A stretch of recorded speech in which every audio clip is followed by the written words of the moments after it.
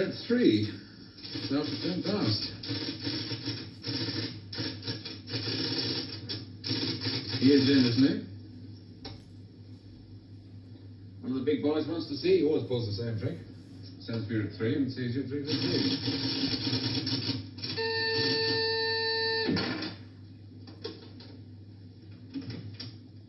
Mr. Larkin to see you, J.G.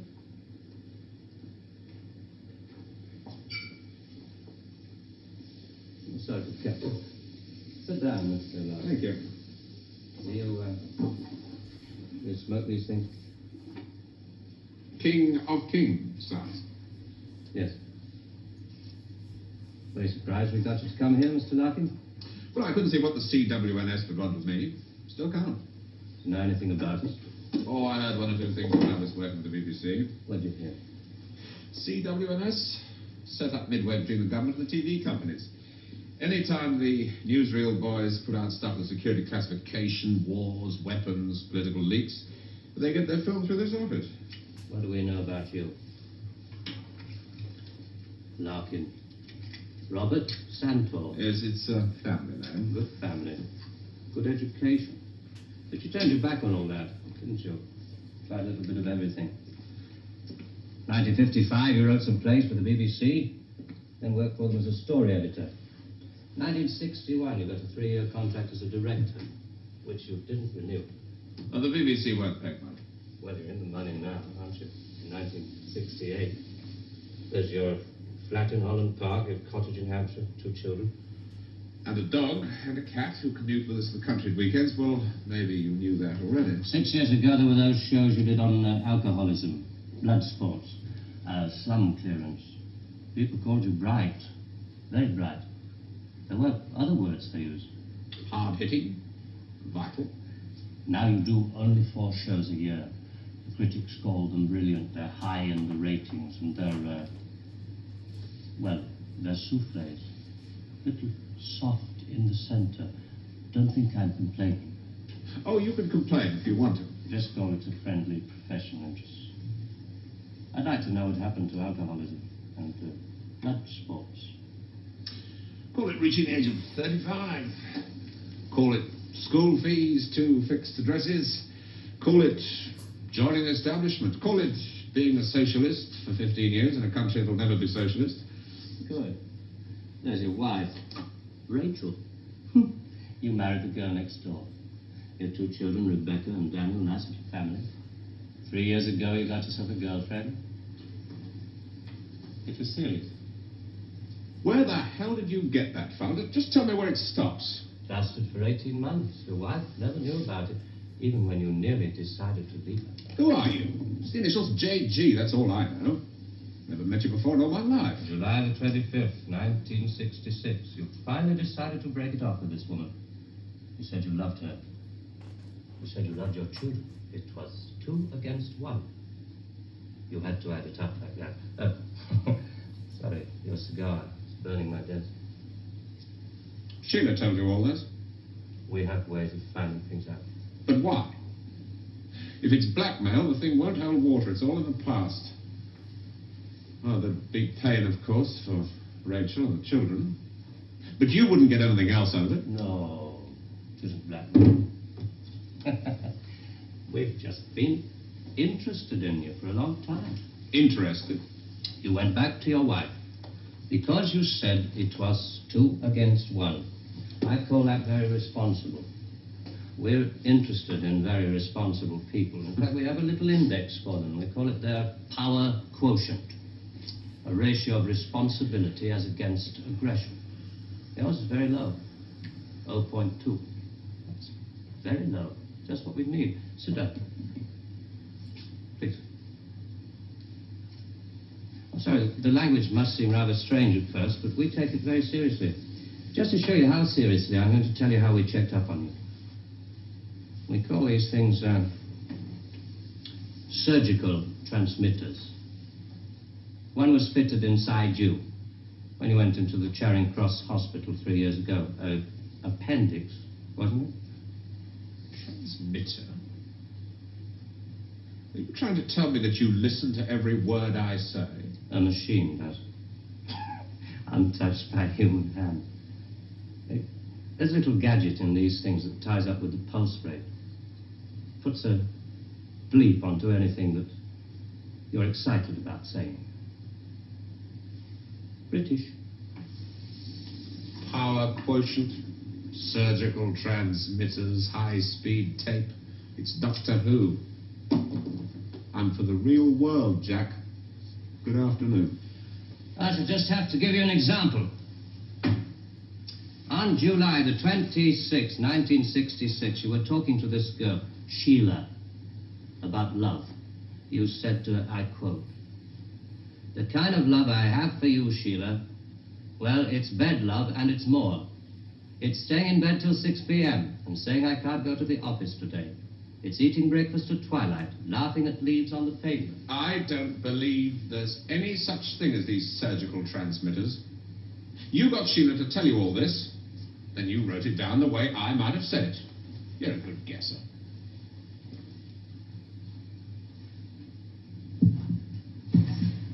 Can you hear your heart beating? It's eating breakfast at twilight, laughing at leaves on the pavement, getting a cab to a silly movie to Paris. It's moving when you're tired of staying still.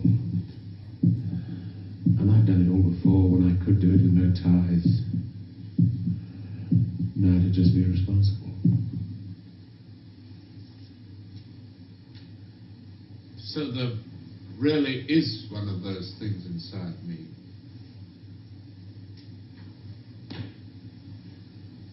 What do you want? We want people with low power quotients. We want them to work for us. Nothing more sinister than that. All this just to offer me a job. Special sort of job. The newspapers talk about the corridors of power, the power elite. Let's just say we'd like you to join the club. Oh. There's a vacancy in our newsreel department. We'd like you to help plan the news for 1973. Come again? Plan the news for 1973.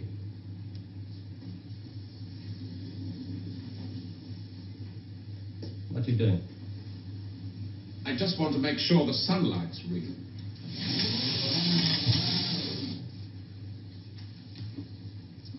I always tell people, news is the most highly developed form of fiction. The most difficult. Come on. I just want to show you something. There's no obligation to buy. Really. News requires imagination. News requires responsibility. We think you're well qualified. Please. Double A security, sprinkler systems and other services do not operate beyond this point.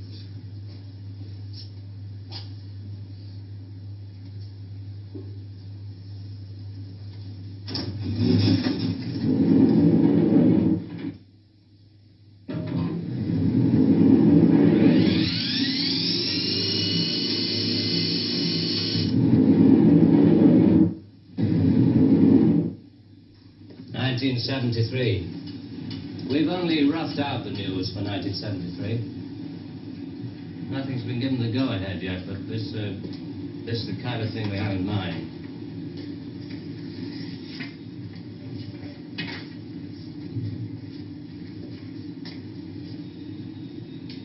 Come.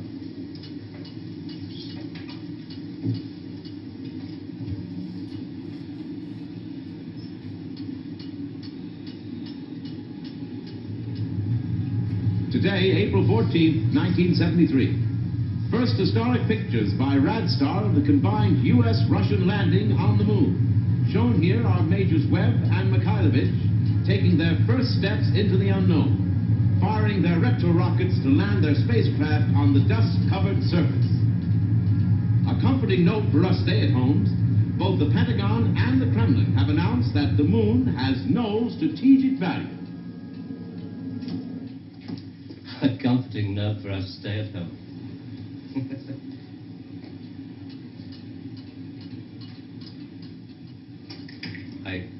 show you any film on this next model. We haven't photographed it yet. But this is the way it will sound. June the 22nd, 1973. The State Department releases film of the ultimate weapon, codenamed Icarus. This satellite is equipped with a solid reactor. In layman's terms, it can freeze air solid, stopping all missiles, killing all forms of life. Icarus orbits at the same speed as the Earth, can hang in position over every major city that threatens the peace-loving nations. Rather proud of this one. Come on.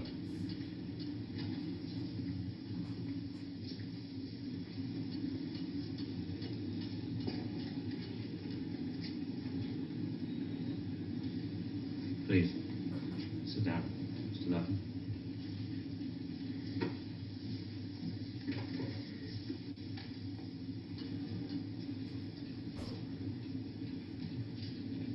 September the 5th, 1973. A new phase in global warfare. War by example. At 4:32 our time, China took out the remote Indian border village of Bandar, unprotected by the Icarus network. After the first 2 5-megaton H-bombs had fallen, the 9-way hotline finally Switch had it off. effect. But This is going to happen in 1973. You're going to make this happen. No. We're going to make models much cheaper. Then we photograph the models. Fake newsreels. They're fake newsreels. For the past 10 years, people have been looking at our fake newsreels and listening to our fake commentary. And they accept it for the truth. And you can do it. Stop 100 people in the street. How many of them have actually seen a missile or a satellite? They're just told they exist and they believe it. Yeah, you're getting there. I knew you would. Well, now the moon rocket and the satellite, that you can get away with. That's too remote for people to grasp. It's too far away. But this... I mean, you invented this village on the Indo-Chinese border. Well, somebody could check up. Very mountainous territory out there. There'll be no survivors in 1973. No rescue work. Radiation scare. Yes. You can do it. This could be the news for 1973. Not necessarily exactly like this. We only plan in detail 1 year ahead. Oh, you only plan 1 year ahead. Hey, tell me, what is the news item that's bothered you the most in the past year, 1967? Well, it has to be the new American intercontinental ballistic missile, the Boy Wonder, doesn't it? Just the one I asked him to set up with. The new ICBM, codename Boy Wonder, with a much-talked-about Mercury warhead. I haven't any special effects up here, but perhaps with the proper sound. Blast on. And Robert Narkin, television director, high IQ, 35 years old, is scared. Scared by nothing. It doesn't work. It's a scientific impossibility. The same goes for the much-talked-about Mercury warhead. Perspex. Well, if this rocket doesn't work, then the others... They have a fireworks party at Cape Kennedy almost every other day. Well, you didn't really believe there were all these things whizzing about up there, did you? Sputniks and rockets. Astronauts crossing their legs for 8 days. How long has this been going on? Since Hiroshima. And the H-bomb, you mean, that doesn't work either? Right. Dirty. Very, very dirty. What was your first reaction? Relief. Oh, yes. Yes, it has to be relief.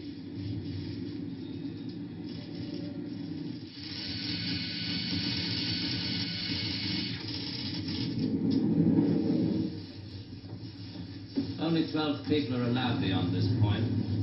Most of them work in the photographic department, taking phony newsreel pictures of our models and processing film and so on. Sit down, please.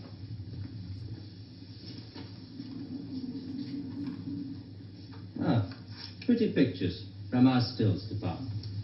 The boy wonder. Do you really think that missiles and satellites are my line of country? No, not at all. I've only shown you the hard news. There are other things, much softer things we thought might interest you. Well, 1973, we thought it might be time for an anti-teenage movement, a long-awaited return to maturity. Sheriff. Perhaps even a religious revival. Oh, I see. You want me to arrange the grand opening of Ruislip Cathedral, 1st of October, 1973. Mark the date down in my 10-year diary. We are very serious about you. There are things about you we like very much. Qualities you have to offer. Qualities that we perhaps don't possess at the moment. That's great. Our file on you. I have to return to July the 25th, 1966, the day you broke it off with this girl, Sheila. You really did reveal rather a lot of yourself that day. But of course, if you really mind... Help yourself. You said to her, it won't work, Sheila, and she said something, and then you said...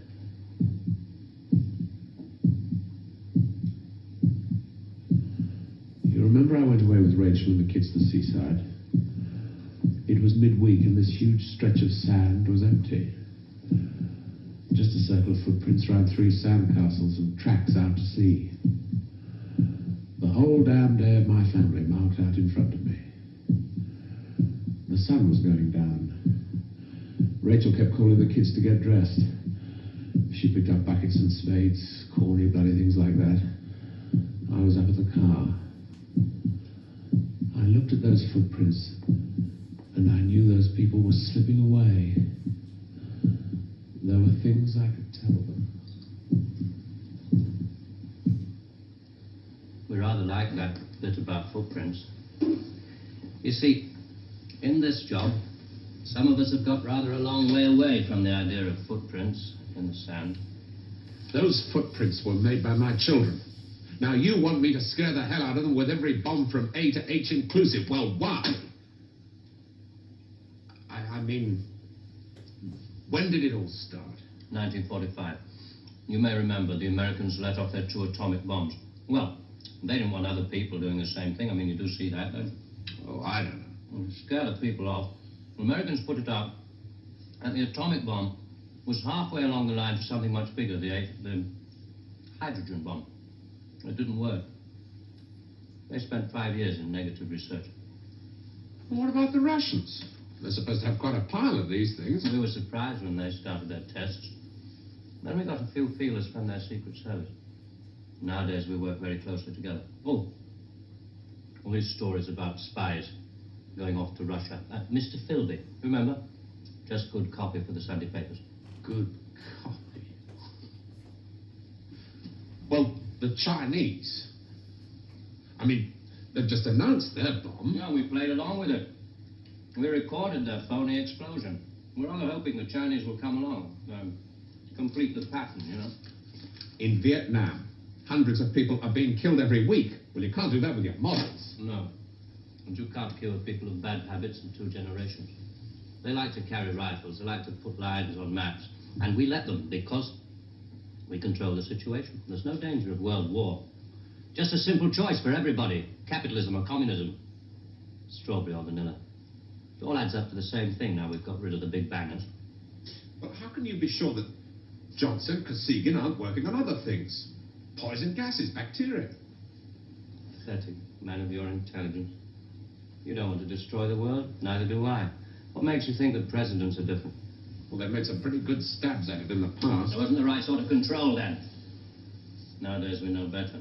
Politicians are easy to control. The grosser mentality boys who like to be photographed getting in and out of Daimlers in Whitehall. They come right at the bottom of our organization. A few rungs up the ladder, there are the people in the top secret factories. Just those in a position to know they're making weapons that don't really work. There must come a time when somebody wants to use one of those weapons.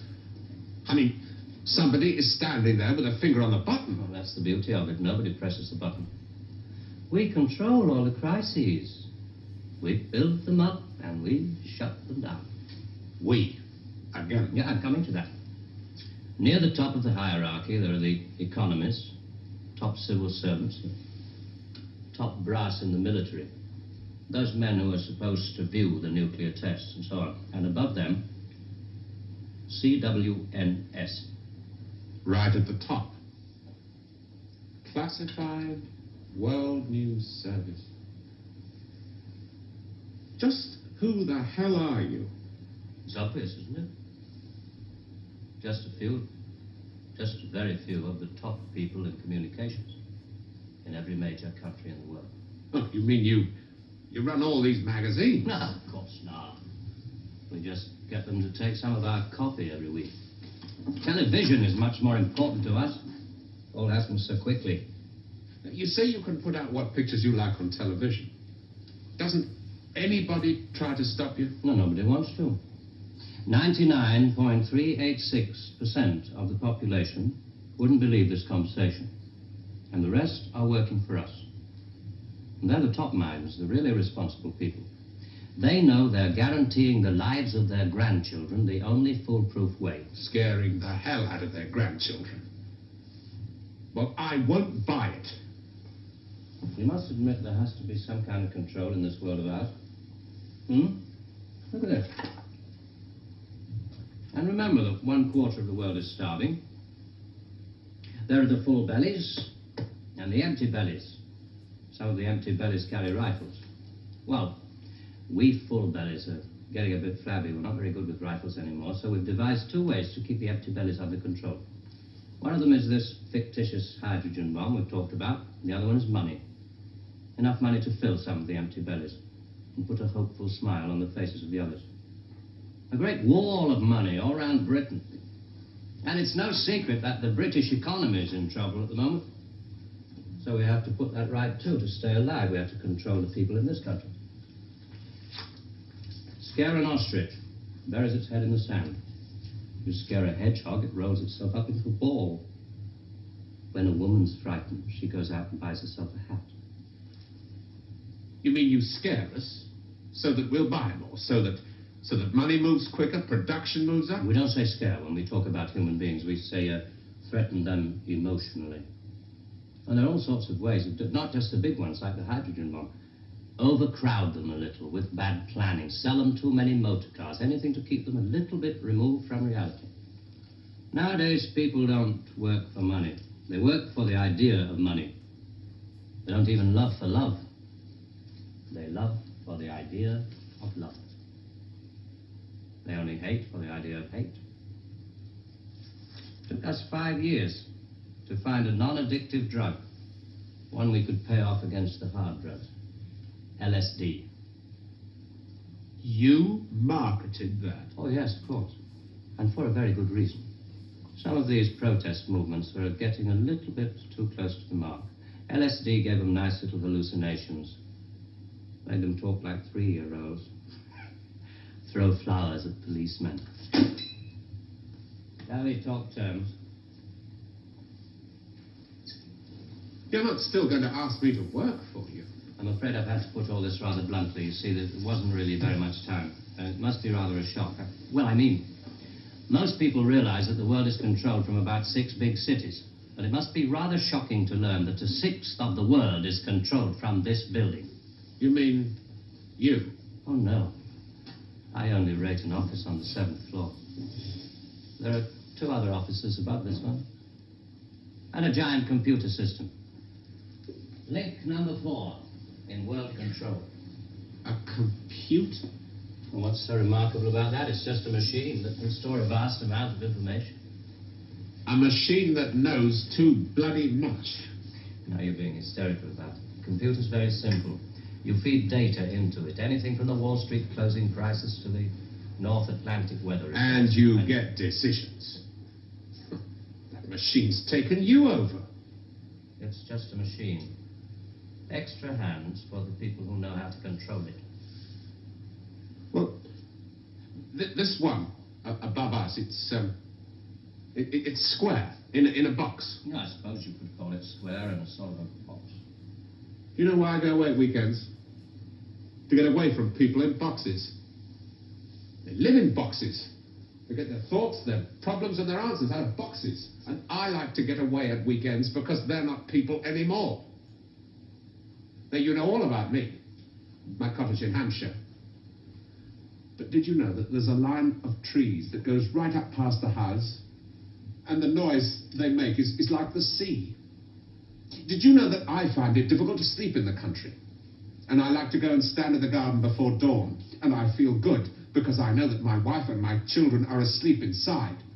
And I like to go out and walk past the wet hedgerows until I can see pasture land and the smoke from the cottages in the That's village. maybe all very well for one of your grassroots programs, but I'm afraid time is running out. I ought to tell you, we pay a great deal of money. We can afford to. We save such a lot on things like the national defense budget, so on. We would start you off at £250,000 a year. Oh. Rising to £1 million when you make the Ministry of Morality, which I know you will. Will you let me out of here? One little point. I should have told you about these surgical transmitters.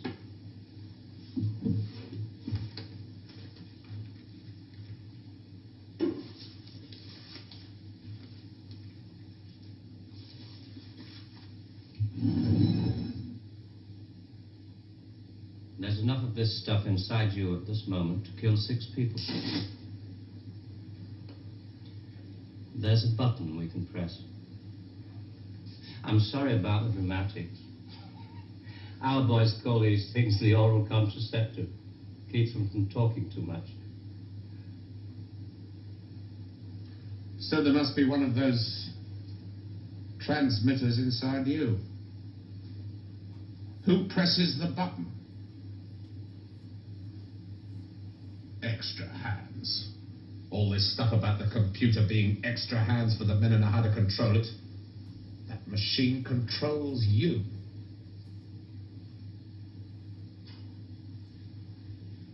You start on Monday.